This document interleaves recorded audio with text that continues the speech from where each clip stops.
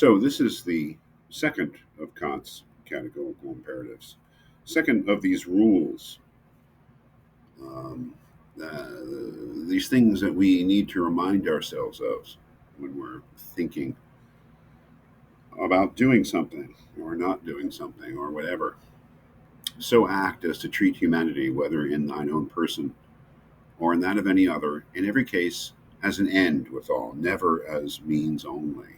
This wonderful maxim, rule. Always treat people as ends in themselves, never treat them as a mere means to an end.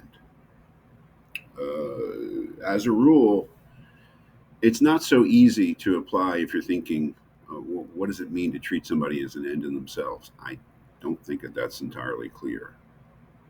Um, I always believe that it's much more useful as a negative thing. Don't treat people as a mere means to an end. That seems to be more clear as a directive.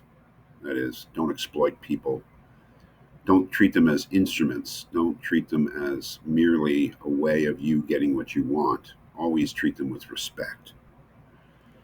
So that really is the essence of the second categorical imperative. But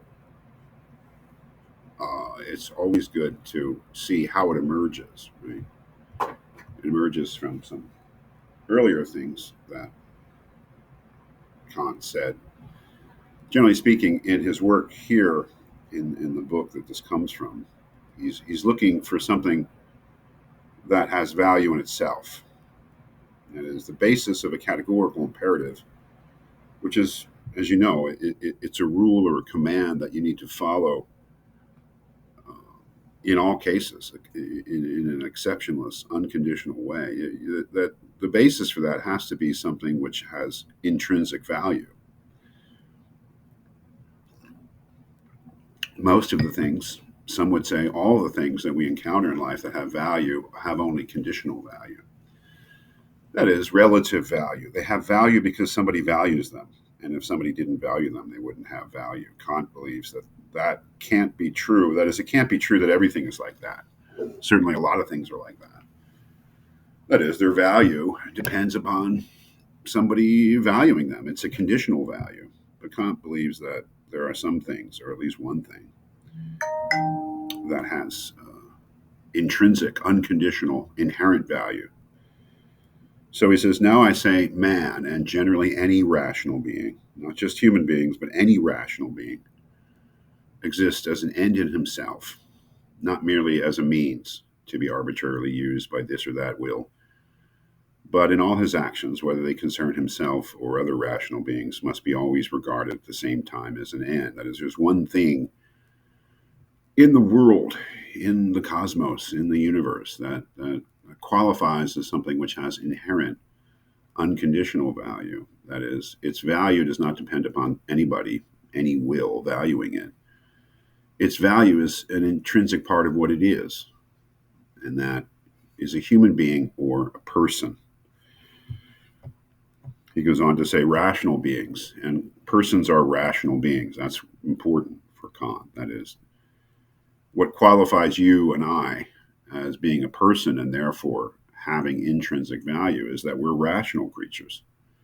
We have the capacity to think, we have self awareness, and we have the capacity to take moral responsibility for our actions. Those are some of the rough and ready criteria for being rational, and therefore being a person. Rational beings, on the contrary, are called persons because their very nature points them out as ends in themselves. You see that their very nature as persons makes them ends in themselves. That is, as something which must not be used merely as means, and so far, therefore, restricts freedom of action, and is an object of respect. So, the therefore restricts freedom of action is important. Right? You and I are completely free in our actions to do whatever we want, as long as our actions only affect things. Right? But once our actions have to take into account persons, our freedom of action is limited. We cannot do just anything to a person the way that we can do pretty much what we want to a thing. And that last part is important too. The is an object of respect. That is, there's only one sort of being in the world that we encounter that demands that we respect it. That is, we acknowledge its dignity, and that's a person because it has intrinsic value, and its very nature tells us we cannot use it merely